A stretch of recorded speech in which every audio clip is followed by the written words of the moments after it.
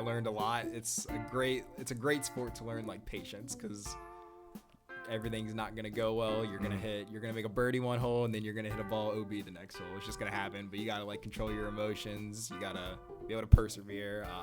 So I've learned a lot. Welcome to the Thriving in the Middle podcast. Believe it or not, I chose to spend the rest of my life in middle school. I've been teaching for over 19 years, and my primary goal can be boiled down into one task: developing human potential. My three favorite educational words are autonomy, agency, and authenticity. There's nothing more authentic than hearing about the realities of middle and high school life directly from the students who have lived through it. Whether you're a parent looking for perspective, a teacher trying to better understand your students, or a student looking for some guidance, this podcast has something for everyone. The goal is not only to help you survive, but to thrive during this complicated time of life. Ready? Let's thrive together. Today, we are joined by Alex Organ. Alex is a recent 2025 GHS graduate. I had the pleasure of having Alex in class 5 short years ago. Since it is late July, Alex is getting things ready to head off to the next chapter and adventure in his life. And I know how precious that time is and how busy. And so I'm so appreciative of you pausing to come here and talk to us today. Hi, Alex. Hi. How you doing? Good. All right. You were actually, and this isn't going to come up in conversation, but you're the COVID generation that's graduating, right? I had you, and then half the year you were at home for COVID. Yes. Yeah. How was that? It was interesting. I honestly didn't hate it that much being online. I didn't find it to be overly difficult. I felt like I got my work done. I was like pretty responsible. I felt like I know some other people struggled with it. Some people probably like took advantage of it, but I just wanted to kind of liked it. I still liked it. Like I felt like I did my work like the right way, and so it wasn't. My kids are the same way. They're younger, but they literally had this moment of like, Dad, we're done with school at like 11 o'clock. Like, we got all of our work done. Like, what are we doing during the day at school? Yeah. So if you're focused and organized and you were task oriented and you kind of dig through those things, and they were willing to reach out and ask questions, and it was actually a really cool situation for them. Yeah. And then they had free time to go do other stuff. Yeah. Yeah. I kind of liked it because it was like my first introduction to taking like just online classes. And sure. Like last summer I took like online health, and I kind of like felt already used to that type of thing because I'd already done that for like the end of 7th grade, then the first semester of 8th grade. So it's kind of a good introduction. Then I could be doing that in college also. I think COVID rocked the world in the business setting and in education and lots of other arenas in that very way. It showed people what was possible. It's like, wait a minute, we don't have to do it the way we've always done it traditionally. I think education is going to head off in that direction as AI comes, and we can talk about this later maybe when technology, but as AI becomes more of a tool even in the educational space where you can get that one-on-one personal intervention and tutoring when you need it as you're working through content. I think for some students who learn really well that way, it's going to be a runway where people are going to excel. Cool. All right, so we're going to start today by jumping into my podcast time machine, and we're going to go back to your 5th grade year. At that time, you were trying to decide if you wanted to join Lego Robotics, and I think you were a little hesitant to try that. And so I'm hopeful you can. I actually got to coach a Lego Robotics team for a year, and I thought it was amazing. And so I wish we had access and more students actually involved in that program.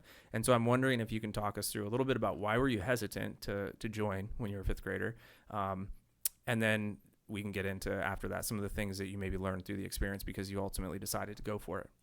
Yeah, so like when I was in like elementary school, I was like only interested in sports. I grew up watching a ton of sports and I wanted to play like everything. So I remember like I played basketball, soccer, and baseball, and golf at that point, and I just was kind of like opposed to doing like anything. Like I did good in school and stuff like that, but the thought of like doing extracurriculars that weren't like sports just kind of, I don't know, it just didn't seem like cool to me or something like that. And that's real. And the thought of like also doing something like science related, at that point I had like no interest in science at all. So I was pretty opposed to it, but my parents kind of made me try it. Was your like sort of fascination and interest early on in sports just an innate thing, were you just active and you were watching sports on TV and so that was a natural thing, or did you like get signed up for sports at a really young age by your parents and then so that became a part of your identity, or like how do you think that part of your identity, like I'm an athlete, came to be first? I think it was more of a natural thing because Okay. like my dad always has sports on in the Yeah. house. So I'll watch anything, Sure. any type of sport, cornhole, baseball, Yeah. anything. So I've always had interest in sports, but yeah, like I said, I just didn't really the thought of doing something else, like any sort of other extracurricular, just didn't sound appealing to me. But But it was your parents who sort of scratched that itch and pushed you in that direction a did, little yeah. bit of saying, I don't know what the answer is. I'm fascinated because I'm often thinking about it. Like in my mind, it's a yes and. So with my own kids, it was like, yeah, of course you can play sports. Like it's an amazing opportunity. It's good for your physical health. You learn how to work on a team. Like there's all these great things that you learn, and you should probably be in some academic competitions as well. But as a norm in our society, I feel like it gravitates more towards the athletic and less about the academic competition space.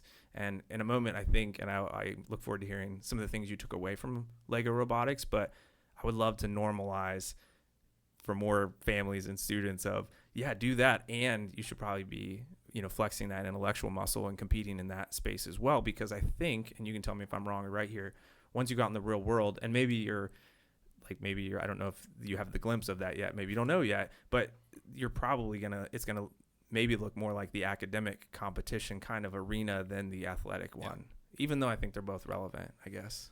Yeah, no, like I'm not going to be a professional athlete, obviously. Yeah.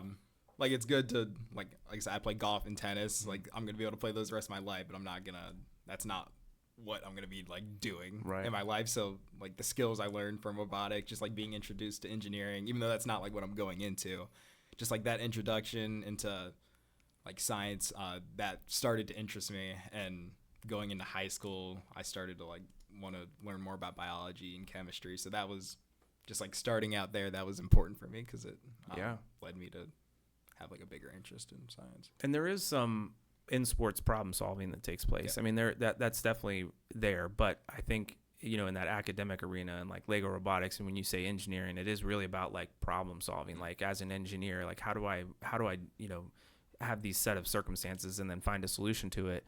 And when you look at percentages, the percentage of people that will actually go on to be a professional athlete or play any kind of athletic sport and be compensated for it versus those who are going to have to go out in the world and solve problems to be compensated and pay for it, there's some, it's lopsided for sure. And I think that would make a good argument of why you want to put some more time and energy into that other arena. So that's pretty cool that you did. How long did you stick with Lego Robotics? I did it Robotics? for 4 years. Okay. Until 5th grade through 8th grade. 8th grade. And then was it like other opportunities opened up? What did the team dissolve? Like what happened in 8th grade?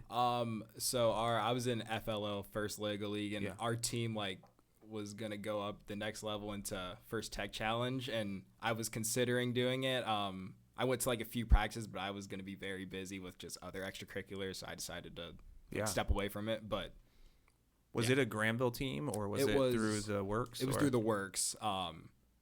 Well, actually, no, our FLL team was through Granville, but the FTC one, I believe, was through the Works. Okay. And was it all Granville people or were there people from other communities on your team? It was mainly Granville people. There were 1 or 2 people from just other areas. Okay. Yeah.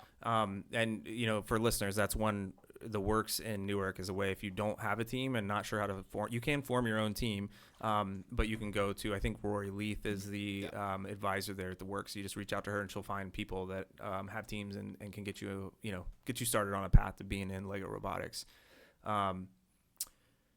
Also, just to elevate something you said, it's cool to try things, and then sometimes other things, your life gets full, and sometimes you got to take things off your plate. Yeah. And so I think 8th grade transitioning into 9th grade is a time where that might happen, and it's because it's a blessing and a curse. There's so many clubs and activities at the high school that you can be a part of. Yeah. And so as you start looking at adding other things in order to keep your sanity, sometimes you have to take some things off of them. But what a good foundation that kind of gave you as a means to think about problem solving and working in teams and all those things that are important moving forward.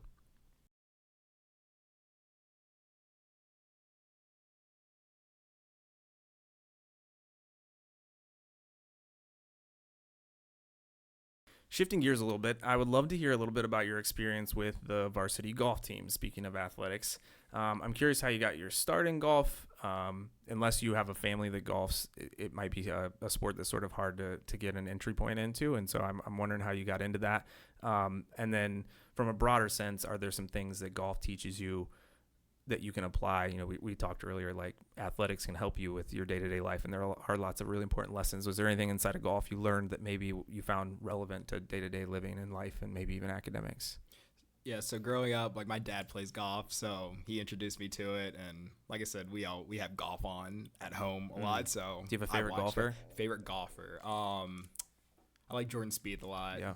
Scotty Scheffler now. He's obviously easy to like. He's a goat now. He's great. Yeah. But Tiger Woods too removed. Was he? I mean, when you were younger, he was. Yeah, he honestly, I didn't watch him when he was like great. Really great. I watched him win the 2019 Masters, but I never saw him when he was like in his prime, really. Gotcha. Yeah. Do you go to the Memorial I do, tournament? Yes. Yeah, I love it.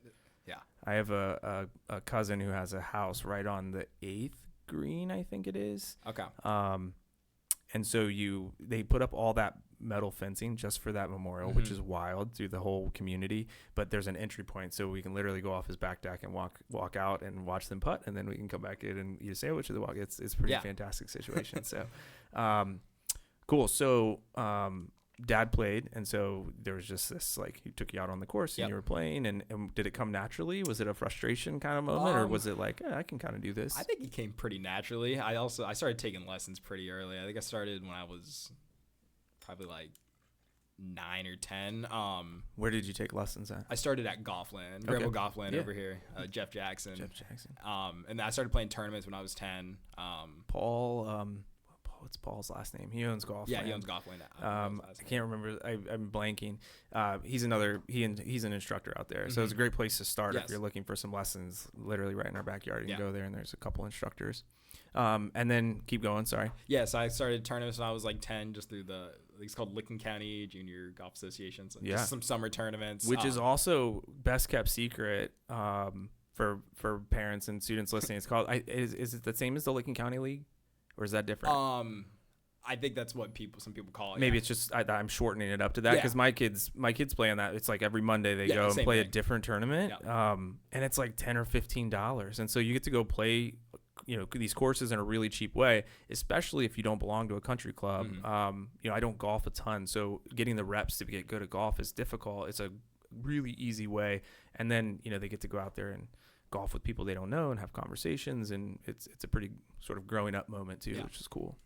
All right, so entering in tournaments. And I think I started playing. I played in middle school, so it's like 7th grade. That was like my first actual like school golf. Who was your coach back then? Was 7th grade was Mr. Drake. Okay. Our old like PE teacher. Elementary. And then it was Mr. Bergeron in 8th grade. Okay. So that was a lot of fun getting, like, just to learn stuff from like different people. Heading into high school, and then like I said, I played high school for 4 years, and I learned a lot. It's a great sport to learn like patience, because everything's not gonna go well. You're gonna make a birdie one hole, and then you're gonna hit a ball OB the next hole. It's just gonna happen. But you gotta like control your emotions. You gotta be able to persevere. So I've learned a lot through. That's life there too, right? You're going to have, moments and reps that don't go well, and it's your willingness to keep showing back up and play with a steady hand and a calm mind after that moment that's going to let the next, you got 18 holes here, so just because one didn't go well, that doesn't determine your round. It's how you hit the next shot, I think is the adage. How about, you're also taking lessons with Matt Smith, or am I making that up? Yeah. Okay, and he's out of Pataskala. He's got a cool little shop in his kind of a garage that he's converted to a golf studio. He's kind of a world-class instructor as well. So sort of if you're looking for that next step up, that's another great place to go get lessons. So played golf, and then when you get to the middle school is a 7th, 8th grade team, and I think they keep the best 6 scorers. 5? I can't remember. If it's the same as high school, it would be 4. Okay. I think it was 4. Okay. But honestly, I can't remember. And so there might be, and I'm making this number up, but there might be 7 people golfing that day, but they're only going to keep the top whatever scores. And so everybody really has the potential to contribute to what then turns into a team sport, even though golf feels like an individual sport that you're just trying to kind of improve upon your score, but then all those scores go into a pot and you're playing against another school. So golf is this unique thing that is like individual sport, but also a team component to it as well. Yeah. High school's the same.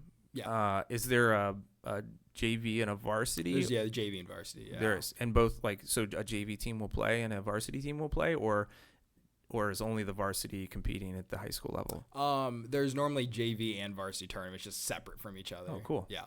Yeah, that's awesome. And so at what point did you start playing varsity golf? So my freshman year, I was mainly JV. I think I got in 3 or 4 varsity tournaments. Then sophomore year and on, I was all varsity. Oh, nice. Yeah. What's your average? Your average? 18. At least my senior year, it was like 81 point. Ooh. It was low 81. That's I great. can't remember exactly what it was. Right? But yeah. I mean, I don't have a great reference point. You're like, Pat. I'll take it. Absolutely. Yeah. You're like, I said it out loud. 81. No problem. Mic drop. Well done. And how did the season turn out in general for the high school? This past year was pretty good. We had 3 seniors. Like the year before, we were okay, but we were kind of young. We had no seniors at that point, but we had me, Samuel Fowl, and Brogan Burgett. We were all seniors, and we all played pretty well. We had Chase Holtzapfel. He's going to be a senior now. He's going to do great this year also. And then we had a freshman, Will Heckman. Will, I heard he's doing really well right now. He's doing very well. Yeah. He's playing some tournaments this summer. Yes. I've heard that he's doing pretty well too. Yeah. So we did pretty well this past season. We all had pretty good averages. We had low team scores, so it was a lot of fun. Is there like a record? Is there I don't know, can you qualify for some sort of tournament if you have a great season, or is there any kind of or is it just sort of the individual like tournaments and competing against schools throughout the year? Well, you have like the sectional tournament at the end of the season, and you can advance as a team, or if your team doesn't advance, you can advance as an individual. Got it. Yeah. Did you get to advance? I did not. Okay. And what does it take? Like, what's a cut score for that? It just depends how the tournament is. Like this past year in our like region, there were 3 sectional sites, and 4 teams from each site made it to the next round, which is districts. So we shot as a team. I think it was 309. It was 308 or 309, and we finished 5th. Do you know what that averages out, like individual round? Individual, that would have been I was trying to do a little under like little bit under like 77 and a half, because that would be 310. Wow. Okay.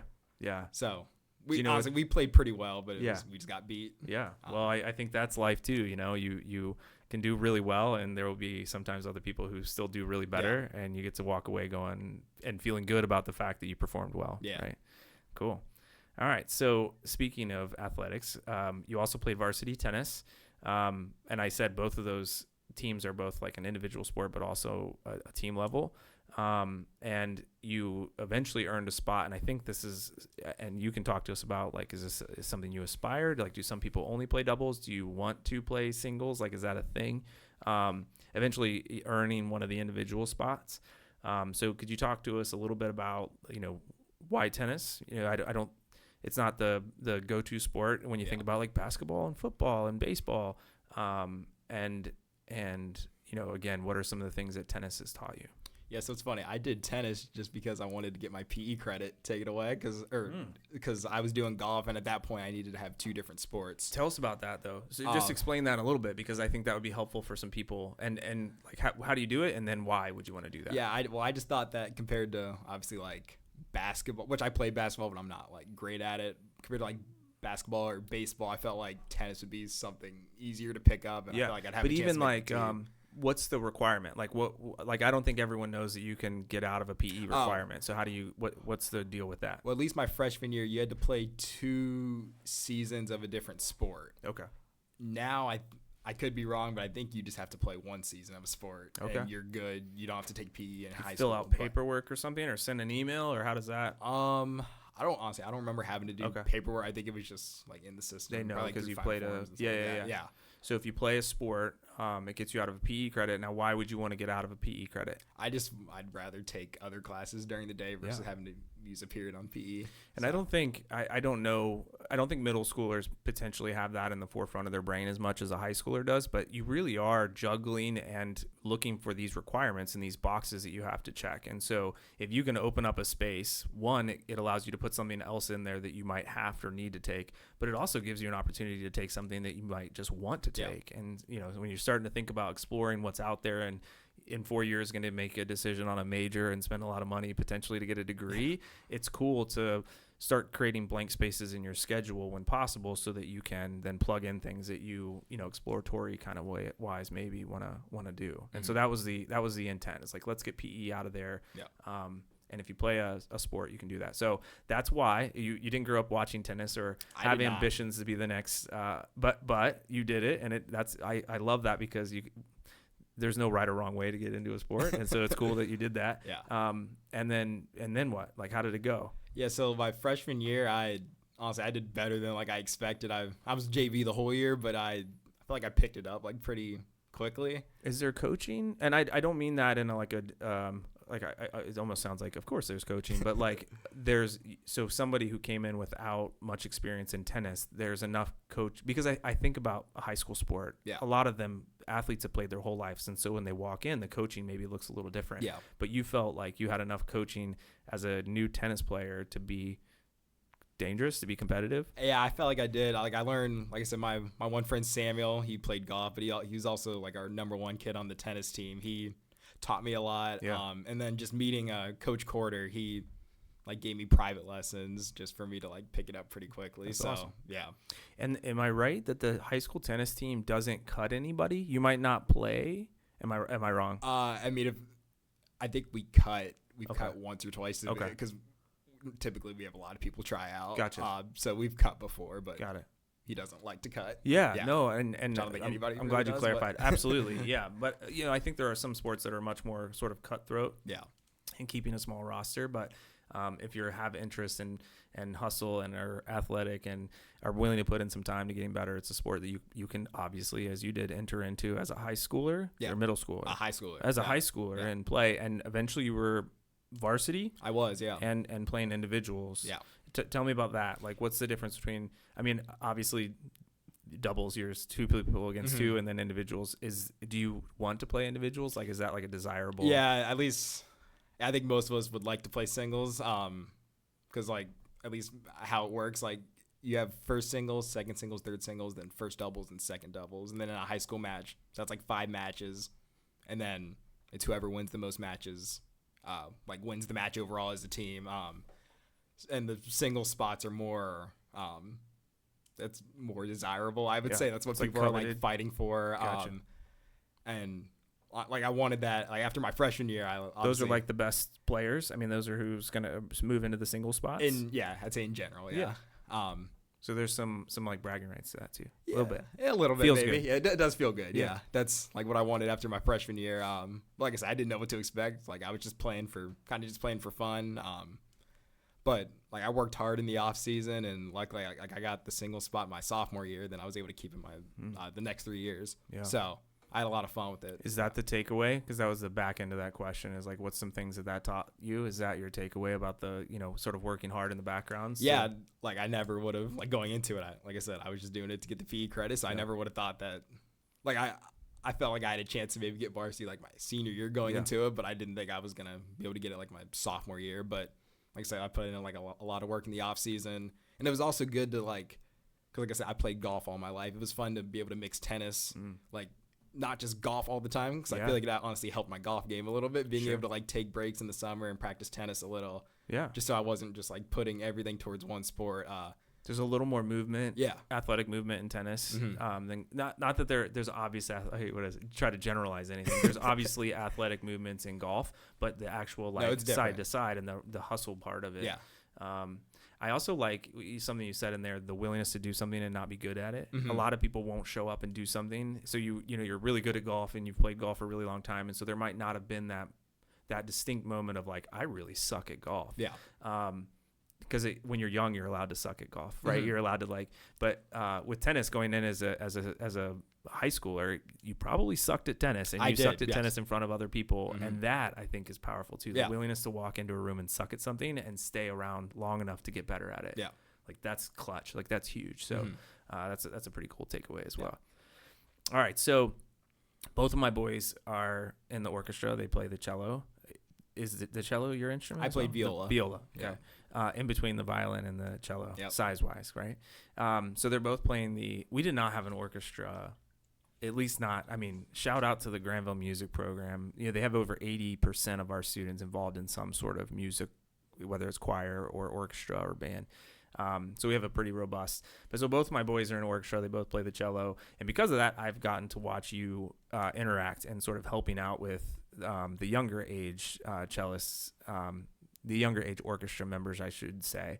And so I'm wondering if you can tell me a little bit about that. And then I also know you started composing some of your own music. And so if you can talk a little bit about that part. It's almost like you've taken your passion for music and playing, and it's turned in a little bit to like offering and helping that to other people. Yeah, so I remember like in middle school when we were in orchestra, there would be like high schoolers in the classroom like helping us out.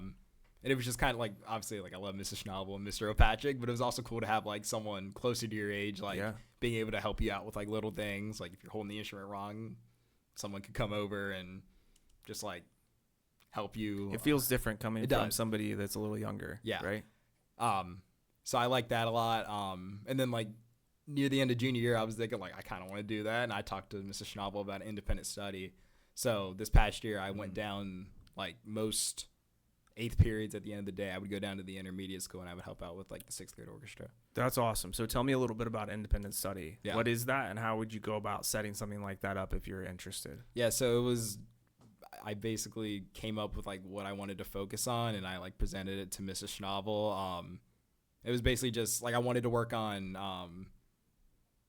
not just it was a mix of like being able to kind of help, not really help teach, but just like I said, help with like little things I see if like people are doing it wrong, or just going to play along with the 6th graders to maybe give them a little more confidence.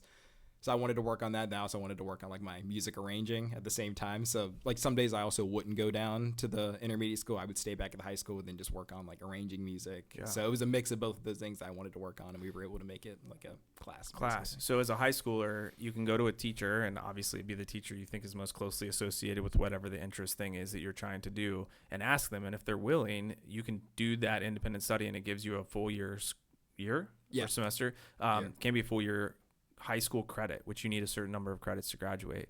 And so, you know, we're exploring this experiential learning, passion-based sort of giving kids autonomy. That is a fantastic opportunity that not everybody knows about at the high school, that you can create an independent study.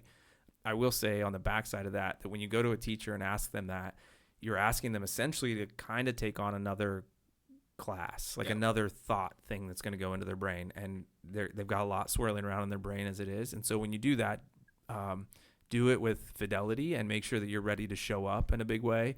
I'd say you got to 2x the energy, as in like I've done a couple independent studies for high schoolers who have come back and asked like, hey, I want to do this or that. One of them was actually in this room before it turned into a podcast space. It was just a closet.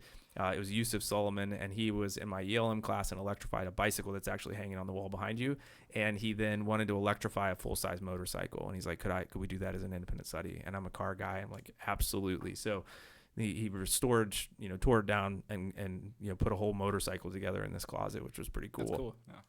And then I had he showed, did all the things in the energy. And then I had another student who I felt like I was like contacting them all the time and asking them to come down. And so if you're going to do an independent study, make sure that it's really something you're excited and there's energy behind. You got to be motivated. Yeah, for sure. Because you're asking that teacher to take on another thing, which I think they're usually excited to do if it's, because it's inside their wheelhouse and they're excited, but make sure you're going to show up and bring that energy. So the composing music part, I mean, that has to feel very different than looking at music and knowing where the notes are on the cello and playing that.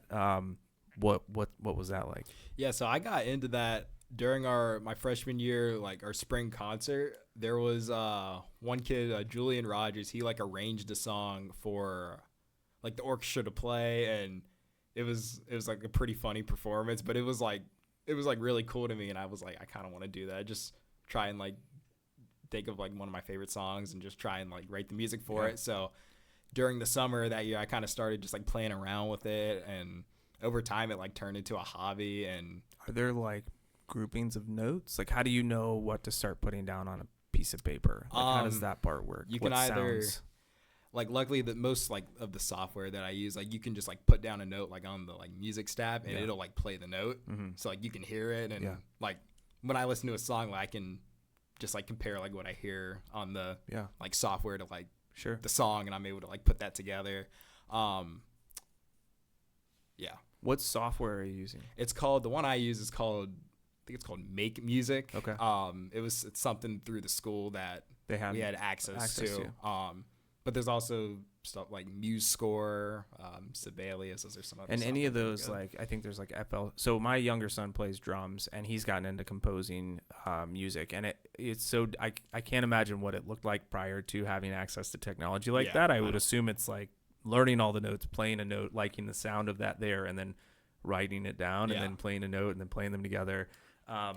The modern version of that is so cool. And so in FL Studio, he can bring in any instrument that he wants. He can make that noise. He can key it up. He can key it down. It can suggest other key or notes that would go along with it. I mean, it's bananas. How cool. And he'll disappear for a couple hours and come out and have this beat that's like, that sounds actually really cool.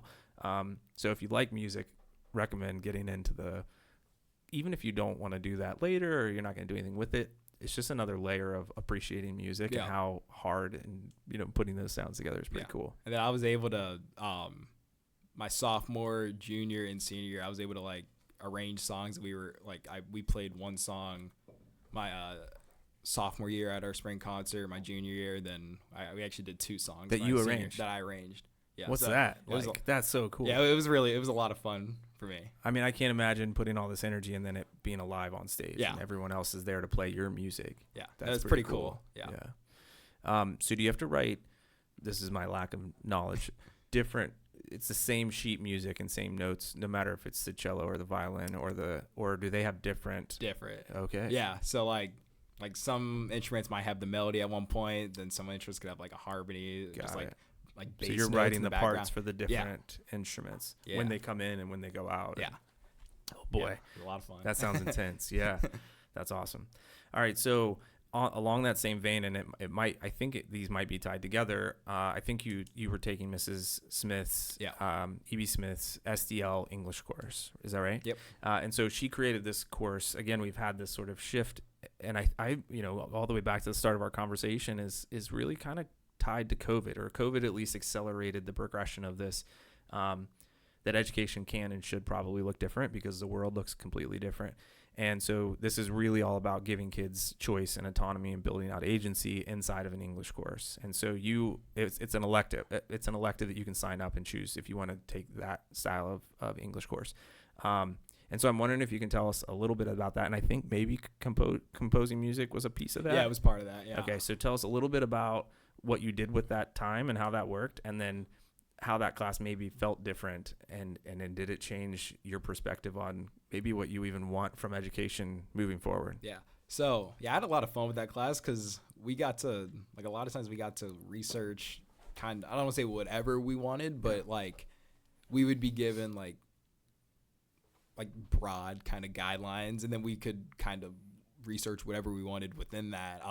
It's funny you almost said that as like a clarification to validate the course. I mean, it's not like we got to do whatever we wanted, but it does that sound horrible either? Like, wait a minute, so you're telling me kids in a room went off in a direction about something they're really excited about? Like, that's probably pretty cool. Yeah. And so but I think that's the world we still live in, is that we're like, we would be cautious because it was still a really rigorous course, and it still had some structure, but it's actually okay maybe if you get to go off. And the first thing you said was it was fun, which, man, if fun isn't associated and beside learning, we've done something wrong, right? And I think that's more often the case than not, is that fun is like, maybe we'll sneak it in occasionally to like try to hook somebody, but it should be synonymous. That fun, learning is fun when you're learning about things that you care about. Mm-hmm. So sorry, keep going. Yeah. So we still had to write like a research paper,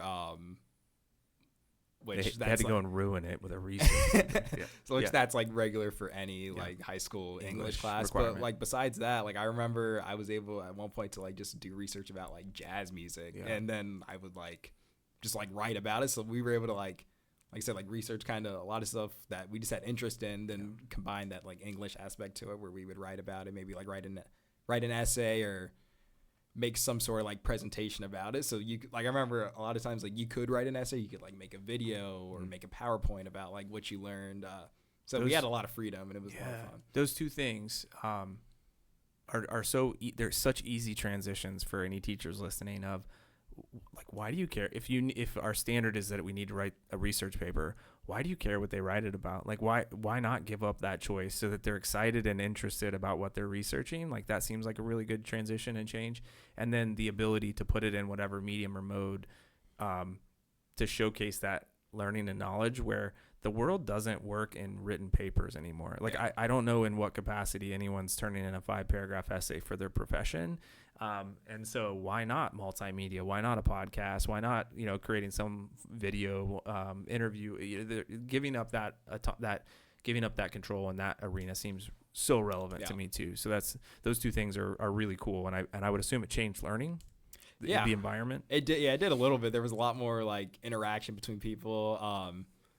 Just talk, like I remember just like talking to like some of my classes about like what they were doing, then it kind of it's infectious. Like gave me like inspiration about like I didn't think of that, maybe I also want to like research that a little bit. But you can never expect a room full of people researching something they didn't care about to begin with to be excited to share it with somebody else to inspire them to do something else they didn't care about. Like where I see that in my room. There's the energy of someone else is they're so excited and so infectious that people can't help but gravitate, and there'll be like a crowd of people and they'll be explaining and talking about it, and you're like, oh yeah, like that doesn't happen normally. So that's a cool. And then yes, they're interested in what you're doing because of your energy, and they're giving you ideas, and like that to me is what the real world, when you actually go out and find your thing, your calling, your purpose while you're on the planet, and you're surrounded by other people who are also into that thing. That's what it looks like. That's the ideal situation. That's super cool. I would say, like, along with that, in that class, we got to throw an event. It's called like our SDL Luminary event, and we got to. They have an Instagram page that you should follow if you haven't. I believe it's. I think it might just be SDL Luminary on like Instagram. Because a lot of them are sometimes turn performance based, so they'll put little things out there telling you when you can go see these. So we got to kind of like showcase like what we were learning in that class. Like, well, I should also talk about in that class we also had something called our 20 time project where. The point of it was like 20% of our class time was like dedicated to kind of like whatever we wanted. Yeah. Do you know where that came from? It's okay if you don't. I kind of forget. Yeah, I'm sure they probably said it. And it's forget. not important to embracing and living inside of that. But so Google started doing that with their engineers. That's right. They gave them Fridays and said, we need you working on a project that we did not assign. And a lot of the really cool things out of Google were like, Google Gmail and these cool products were all done when engineers and people from other places in Google started working together on stuff that they cared about. And then they became mainstream big parts of their platform of what they were doing. And it was because of the autonomy piece that they had. They were excited about what they were working on. The dark side of that, just to be real, is that a lot of those engineers said, okay, that is amazing. And it was cool and it worked really well. But they didn't take 20% of their workload off their plate. And so they still had all the same work and weren't allowed to work on it on Fridays. And so it could become overwhelming. And so even when you try this in the classroom, 20% time's awesome, but you can't say, I'm going to do everything else that we've always done and 20% time because now you've just overwhelmed students, and that's not fair. So 20% time of like, you should be working on something you care about, and we're going to make sure that we cut out that 20% somewhere else in the curriculum so that it's still manageable. That's cool. And so for your 20% time. Yeah, for me, I like combined the like music arranging back into that. So I spent a lot of time in that class also like arranging, and like in that SDL Luminary event, like one of the things like I was able to do was I arranged some like extra music for that, and I was able to take like 7 or 8 people in that class who play different instruments, and we were able to like perform some of it. So like we performed in the Little Theater. We had like 3 songs. Did you record any of that? Did you try to do? I did, okay. Or some people did. Like I have videos of that. I wonder. I'm even think like this as a studio, it would be cool to have those like digitally, professionally record some of that stuff as composition. It would be kind of neat too. So shout out to anybody listening in the future. Alex is on his way out, but if you're ever doing anything like that, we have 4 mics in here that would be cool to have instruments playing, and it could all be pulled together. So. The other thing inside of there that I think is so cool, and I think some teachers would be like, you can't use that for this class because you're doing it in that class. I want something like that's a very old school mentality. Like, why aren't our projects overlapping into all the other curriculums? Like that would be the ideal situation. I don't need you to do more and 5 of something. And let's use this one thing, dig really deep and have it, that's real learning, real world application, have it dig into lots of different, it's cross-curricular, which, has been a buzzword for a really long time. And so I love that you were doing that in orchestra, and it's going to work in English class. And, the science and the engineering behind notes and sounds. And, you could do all kinds of things with that one platform and application. That's really cool. Yeah. And so you performed them, and that was for a group. Like, could people come watch? Yeah, people, like parents or just people in the community. Like, there were a bunch of like students from Granville that like don't take the class but might have interest in it in the future that came and awesome. like watch the performance. Then like at that event we also had like a film festival where people in our class then just throughout the school were able to like make their own like short films and they showcased those. And if you made that stuff and didn't share it out with the community, does it really exist? Like the authentication of what you're doing by showing it to the community in the world, that part's huge. Yeah. So important. There's a pressure to it, like, but it's a good kind of pressure when you're like, oh, I didn't just turn that into a teacher who then put it in a digital file forever to die somewhere out in the, in the cloud. It actually went out and inspired people, which is why we create. That's awesome. All right, cool. So, I always reach out to parents in order to prep for these interviews. And in doing that, your mom just described you. One of the things she's like, he's very aware that he has to go back and check his answers several times on tests and quizzes to be successful. Which you can chime in on whether that's accurate or not, but that's, to me, that's a really metacognitive sort of understanding how you learn, like learning about learning and what you need to do as a learner, which is, sort of really forward thinking. And I think is probably important in you being successful. And so I wonder if you can talk to us about that. Is that accurate? How did you figure that out? Like, how do you land on something specific like that you're like, hey, this is for me and this is going to help me be successful? Yeah, I think it's honestly still something I'm like trying to work on a little bit because I think I second guess myself a lot. Like I feel like if I just trusted myself, I would finish like tests and stuff much quicker than I do. But like I'll do a problem, I'll circle it, like the answer, then I'll like start doing another one, and then like I'll like immediately go back to that one, and then I'm just like kind of stressing out like, even though like I clearly did the work and it's like I know it's right, but I just keep like second guessing myself wanting to go back. Do you need to do it less, do you think? Is it more of a hindrance to you, or do you think it's something that served you in I'm thinking about things out in the real world where accuracy really matters and the willingness to go back and double check, triple check that I would say the majority of my middle school students are just refuse to do. They're like, I did it, I'm done. I don't even, if it's wrong, it's wrong. Like, like I'm not going back and checking that thing again. And so, do you see that as a strength, or do you see that that's something that's sort of like, ooh, I probably should do that less? Yeah, probably a little bit of both. Cause like, I mean, you need to be, obviously like you want to be careful. You want to like make sure you're like reading everything right and like solving it correctly. But at the same time, like I've been on tests where I've taken so long on problems that I should not be taking like long on, where I get to the end and I have to kind of rush to do some. Yeah. And I didn't put my best work on those. Sure. So yeah. Oh, so yeah, it impacted your ability to do the other questions because you ran out of time. Yeah. I bringing up Google a lot. They had the sign in their offices around their engineers that said "done is better than perfect," and so I think that's relevant. And all these adages are like, okay, yeah, but then there's the other one of like, you need to make sure that you take your time and do it right. The first time, measure twice, cut once kind of situation.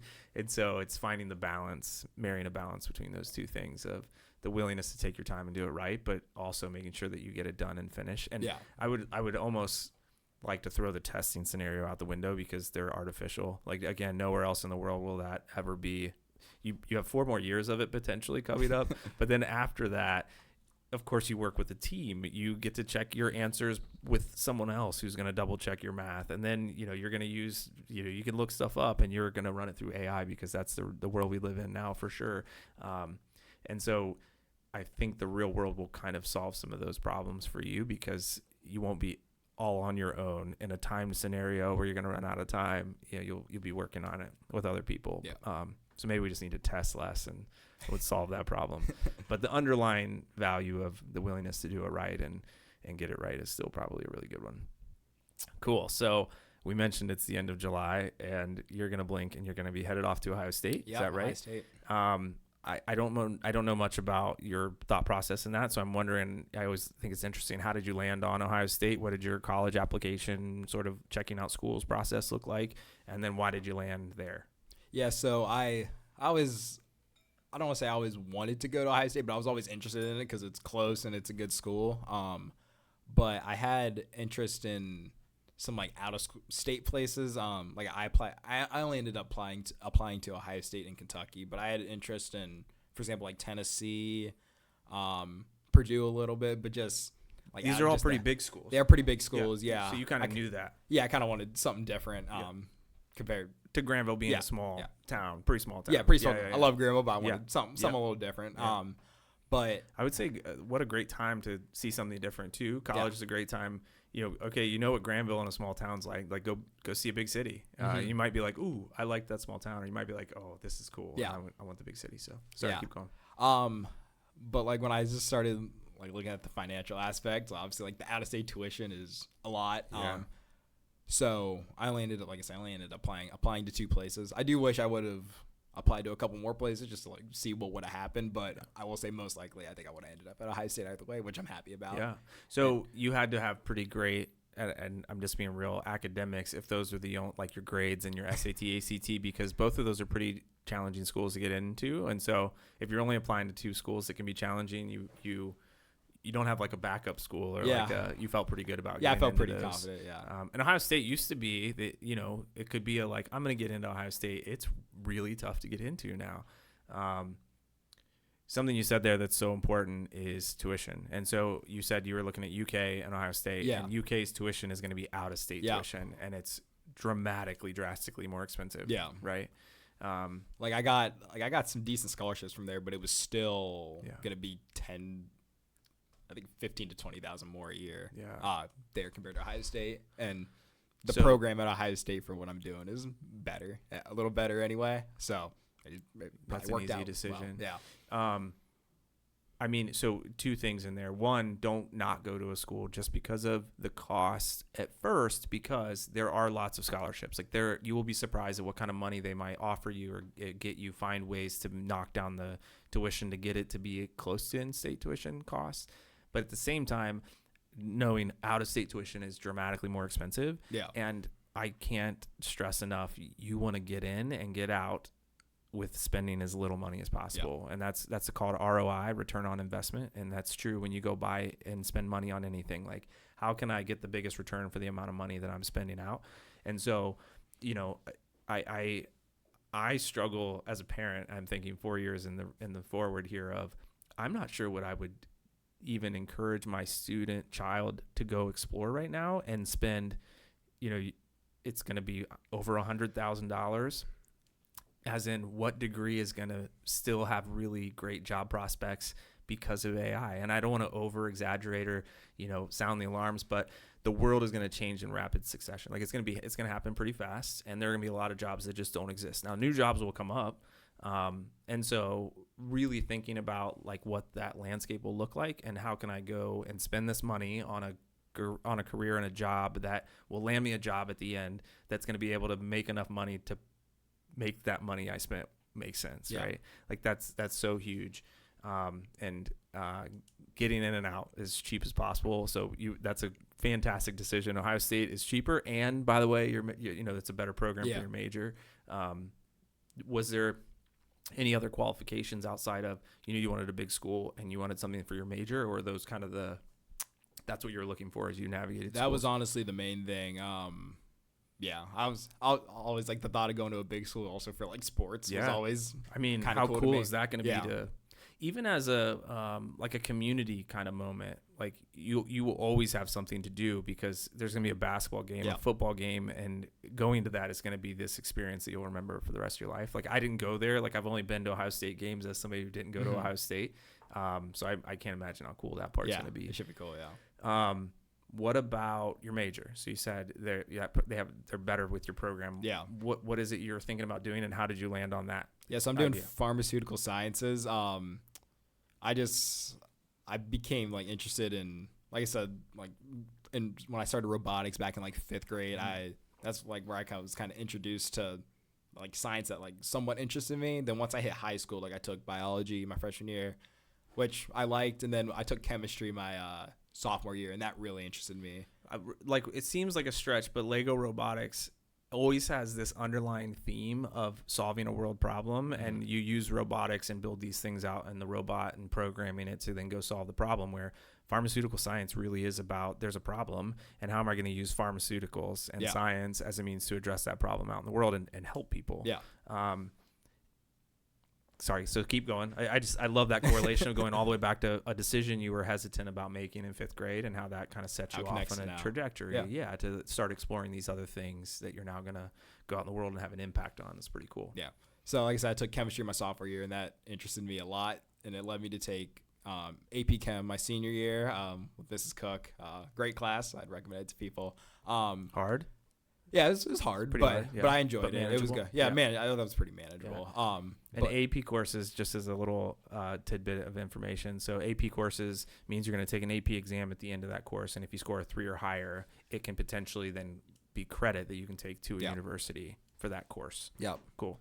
But like I said, so during my senior year, like I knew I liked chemistry, I knew I liked biology, and I was just looking up careers that. Like a Google search? Kind of just like a Google search. Like I knew I could like get a degree in obviously just like biology or chemistry, but I wanted to like look at more things because I was considering like med school, for example. That was like in the back of my mind, medicine, that type stuff. Are your parents at all involved in that field? Or?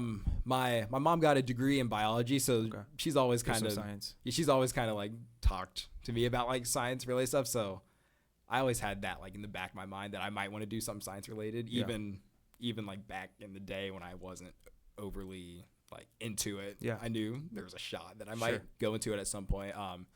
But yeah, just like talking to her, like she kind of recommended it. Then I like researched it a little more, and it seemed pretty interesting to me. Then, like I said, I visited Ohio State, Kentucky. I also visited Ohio Northern. I didn't say that earlier. They have a good program too. And it just interested me, like being in the labs, being just hearing from other students about the programs. Will pharmaceutical science be like the actual, like, will you work in a lab working on like chemical compositions of drugs that will solve problems, or is it like, do you know like what that end looks like? I don't think so. Like I want to be a pharmacist. Like a pharmacist. I want to be a pharmacist at the end of it. Yeah. So I have no idea if those are similar paths or if that's like a pharmaceutical engineer more, maybe that's a different. So your end goal is to be a pharmacist.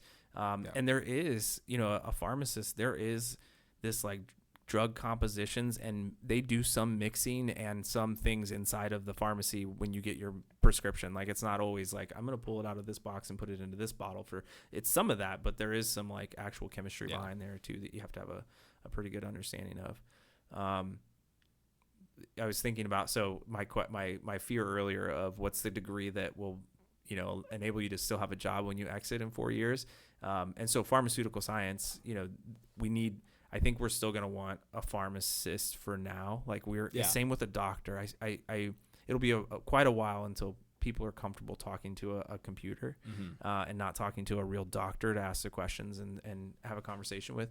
And so I love this. There's this I've seen it lots, this quote that you're not going to get replaced by AI is not going to replace your job. Your job's going to be replaced by someone who's willing to use AI. And so I think that sounds like one of those jobs as well to me that, and I asked you earlier, I was like, did you do a Google search? I think you're going to sound, at some point, I'm going to sound really old asking that question. It'd be like, did you chat GPT that? Like, did you look in Google is using AI some in the background too, but cool. So a pharmacist, is it 4 years? So my program is going to be 7. 7 years. Yeah, I got in a program where I think it would normally be 8, but it knocked off accelerated. A year. Yeah, so basically my first 3 years will be like just like for my undergraduate. Then my 4th year will be a mix of like my undergraduate and my first year of pharmacy school. So all at Ohio State? All at Ohio State, in-house. Cool. Yeah. And then did you how many AP credits did you get? Like, will that speed that process up at all? I'm trying to remember. I got I took AP World and like AP US History. I got a credit for like one of those. I took AP Gov. I can't remember if I got 2 for those or just 1, but like I said, I took AP Calc. I'll get credit for that. I got credit for AP Chem, but I'm not going to use it. I'd rather just take Ohio State's like chemistry. I just wanted to have the background. But Ohio State will still give you the credit, right? Like, yes. You still get a credit as like gen ed credit. Mm-hmm. You know, maybe you would have had to fill it with some sort of elective, like you could have taken tennis or golf or some other thing and pay a lot of money for it. So you still want to take in their series, their chemistry course, which I totally understand. Yeah. But you still will get that transferred credit in, and it'll count. And, you know, you can see really quickly that all those AP courses you took, which maybe, I don't know if you felt it then, but like those are dollar signs. Yeah, it was funny. Like when I was scheduling classes like a couple weeks ago, that was like the first time I really saw like all the electives and like I don't have to take English because I took AP Lang and like all this stuff. Like I think I got 4 or 5 things taken away because of AP classes. So that was nice to see. It sounds, you know, there's no great way around it, but public education is free, and so it feels different because you're not paying for it. But as soon as you go to college and you go like, oh, those AP classes I was taking there for free now translate into real dollar savings here, that's a pretty cool thing. And even if it just allows you to not take as much of a heavy load so that you can do better, like that freedom and ability is pretty cool. And AP school, CCP school, you know, any opportunity you can get is a real cost savings in the future. It's pretty cool. All right. So we're going to move into the last segment of the podcast, and this is a set of questions I have to ask every guest. It's geared to sort of help middle school and high school students make better decisions as they navigate the next 4 or so years of their life. So the first question I always ask is, if you could go back and tell your middle school self anything that would have helped or made navigating middle and high school easier, what would you go back and tell yourself? I would say, and I think I did a pretty good job of this, but just like try new things. Mm-hmm. Like I said, I was always just into sports, but I started to join more things that were like academic related. So I did robotics, but I also started like just this senior year, I joined academic team. Yeah. Which was like basically, it was kind of like trivia, but it was My son's super excited about that. Yeah, it was a lot of fun. It's funny, like I got recruited for it just because they needed someone who was like good with like sports questions, because that's a category, and like no one on the team really like knew. They kind of always they struggled with that category. I would just say, but I had a lot of fun with it, and I was able to like contribute more than just that. I was able to contribute with like geography, history stuff, and I had a lot of fun with it. Just being able to hang out with like some more people that I don't typically hang out with. Like I knew some of them, but some other people like I don't know that well. In that context, at least, you wouldn't hang out. Yeah, but it was cool just being around other people that you're not typically around. And what a great segue and prep for college, because you know, as you go to college, the thing that's going to make it awesome is landing yourself in as many of those clubs, activities around other people, and you know, the ability and willingness to sort of adapt to that scenario. I think, you know, we're pack animals, and so we identity up, I think, a little too quickly and through middle school and high school. And so I love that you said that. Like, you don't have to have an identity as an athlete or as an academic. And the best thing you can do to serve yourself is to be diverse. And you know, now you've just opened up your network and your circle of friends, and you know, all that lands and leads to really good things in the future. And even like with orchestra, I joined it in 5th grade, but it was also something that I was a little hesitant at the start. Like my sister did it, but it was also like I don't know, for some reason I just didn't really want to do it, but like I said, I decided to give it a chance, and it was something that I absolutely loved. Yeah. And I have like a huge passion for music now. Yeah. And the worst case is it's not the thing, and you don't do it in the next year. So at least you know for sure now. Yeah. And keep swinging and keep trying new things. And even when you find the things, and I think I hear this in your story, but when you find the thing that you still try, like, because there might be another thing out there that's even cooler, or that might, you know, sister up to that really well. So, all right. So what was something from your middle high school years that you didn't totally appreciate, but looking back, you're like, you know what, that was actually pretty great? I would say like the time like in between periods, just like where you get to class early, then you're just like talking with people, like talking to different people, like some of like my funniest stories like I can think of are just like from like that time, like just like before class, before it starts. The real human experience happens, right? Yeah, like I said, even sometimes talking to people that you don't typically talk to, but you might just be sitting by them. Yeah. Just like talking about stuff. That was a lot of fun. I'd also say like study hall.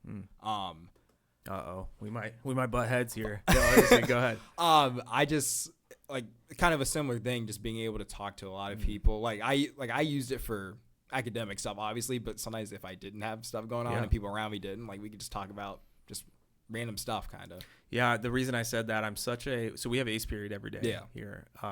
And I want kids to be exposed to things. So I'm like, in the instance of like trying new things, I'm like, oh man, you got to take foods. Oh, you got to take computer robotics. You should take ELM, the media course. I'm like, you got to do all these things. And so if you're sitting in a study hall, and our study hall is pretty academic and has to be quiet. And I'm like, so the thing that, as you said that, I'm like, okay, yeah, that makes a ton of sense. If it's a social opportunity, because developmentally where everyone's at in middle school, it's a social experience. Yeah. It's about networking with people. Like that is actually and it's appropriate, the developmentally what's most important, and academics are going to happen secondary. And so I love the fact that like you could acknowledge like there's a lot of good communications and human experience and connecting that happened there and in study hall. And so I think my greatest success in grad school was finding a great cohort of people we sat down and worked and studied together and laughed and had a good time and did our work. And so it made doing the work really easy. And so, finding that environment and figuring out how to do that and navigate that makes a lot of sense that study hall will be really important. Yeah. Like you're using it well. For sure. Cool. I've actually advocated, I wish there was a break. So, our students go throughout the day. It's enough time in between periods, but it's not a ton of time. If they need to use the restroom or something, like forget it. Like that's a rush. And then they have lunch, where at lunch, I'm like, you really should be eating. Like I want you to, it's 30 minutes. It's fast. Like eating's really important. I wish there was like, even if it was a long transition period after lunch, like give people 10, 15 minutes to just be in the halls and like decompress and talk and walk around and then come back to class. And like, because usually they come back from class and or lunch, they're like, because they've been eating. They haven't had a chance to like have the human connection, the conversation.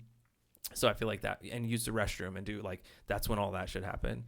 I'm not going to win that argument, I don't think, but people will be like, oh, that's too long. They'll get into trouble. Like, I'm like, yeah, maybe, but that's okay too. All right, cool. So stress, unfortunately, I can tell you it doesn't go away. Like as an adult, there's still a lot of stress and you'll continually have a lot of things in the air that you're juggling. But I think it's starting to happen earlier.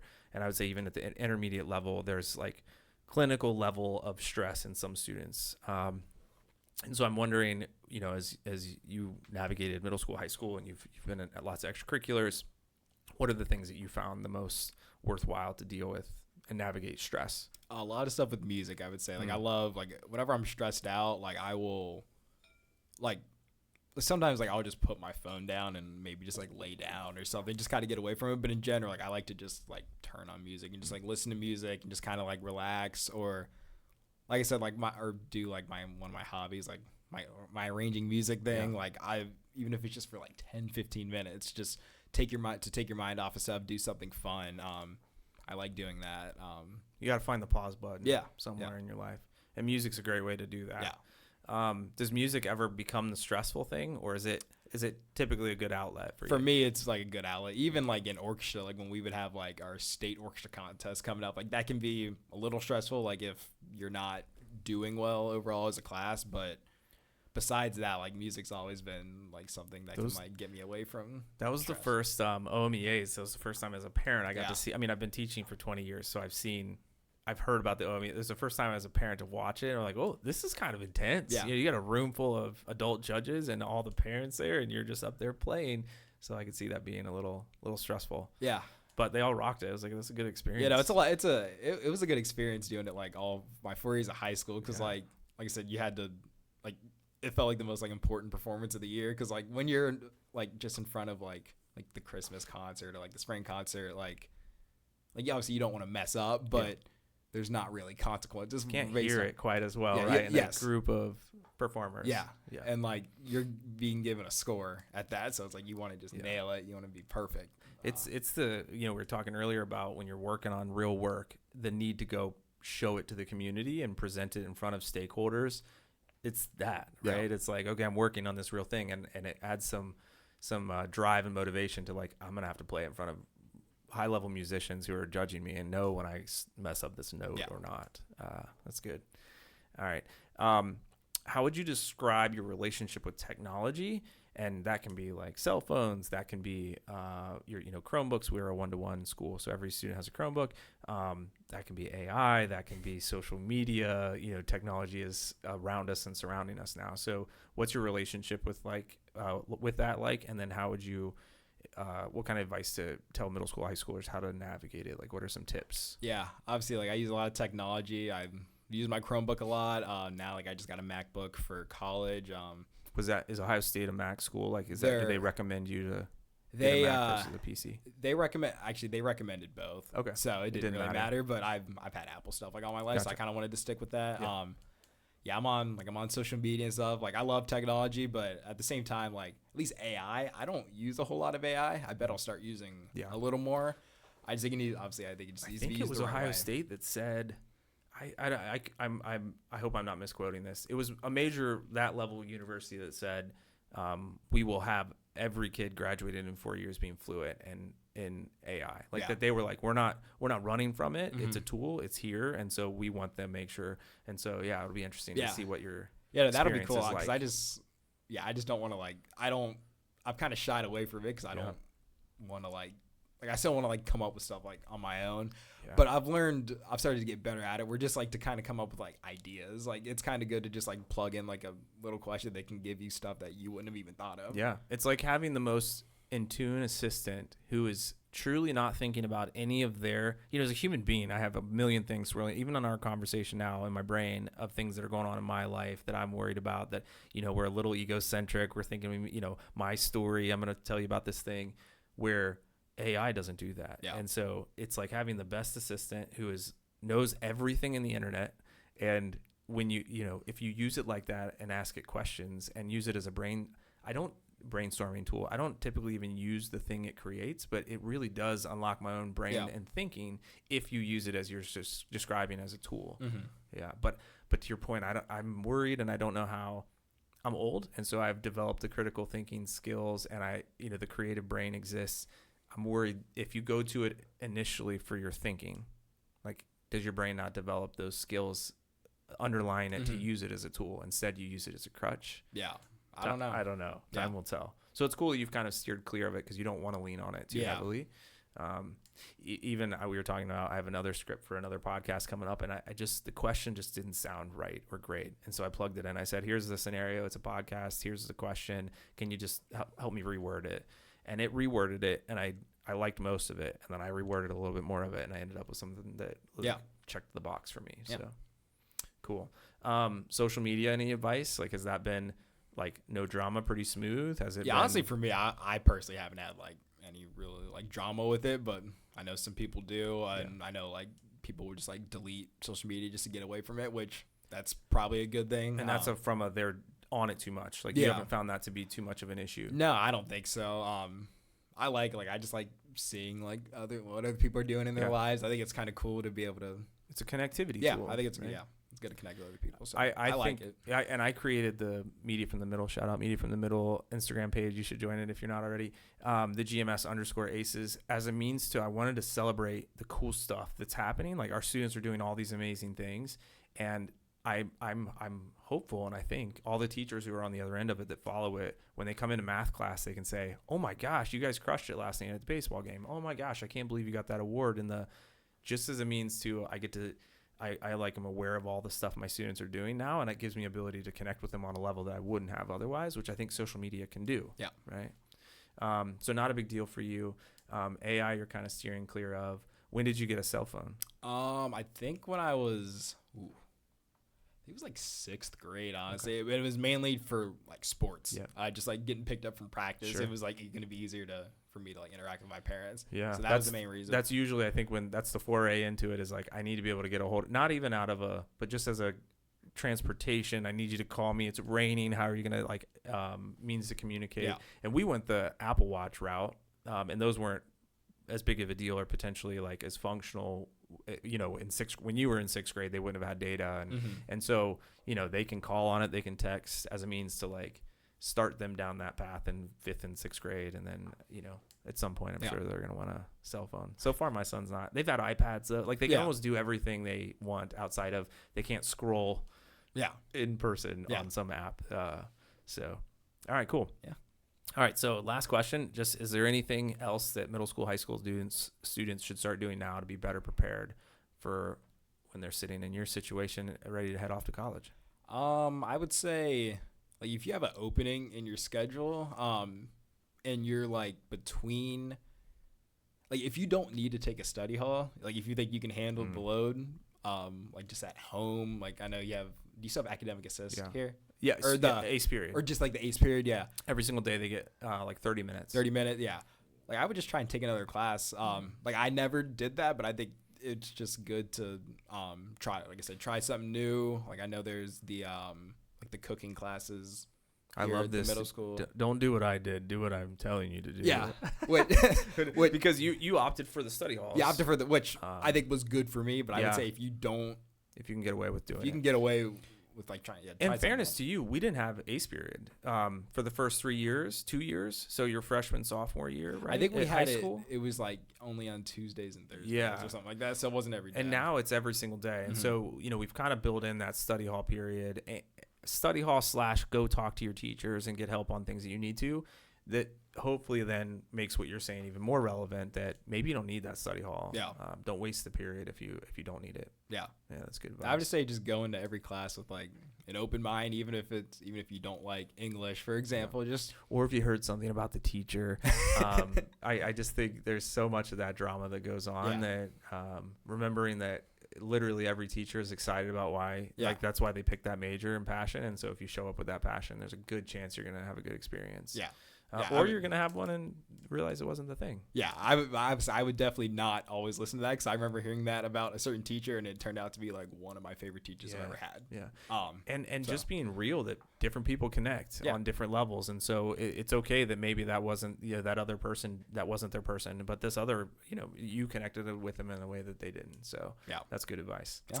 Cool. We did it. Thanks, Alex. Yep. Thank you. Man. So when do you leave? Do you know? I think August 20th. August 20th. All right. So you've got a good solid month left. I just wish you the best at Ohio State. I hope you have fun at the football games. I can't imagine. And hopefully I'll be pulling up, getting a Z-Pack for a sinus infection in the future. And you'll be standing at the window. Yeah. Yes. Cool, Thank man. you. Thanks. Yep.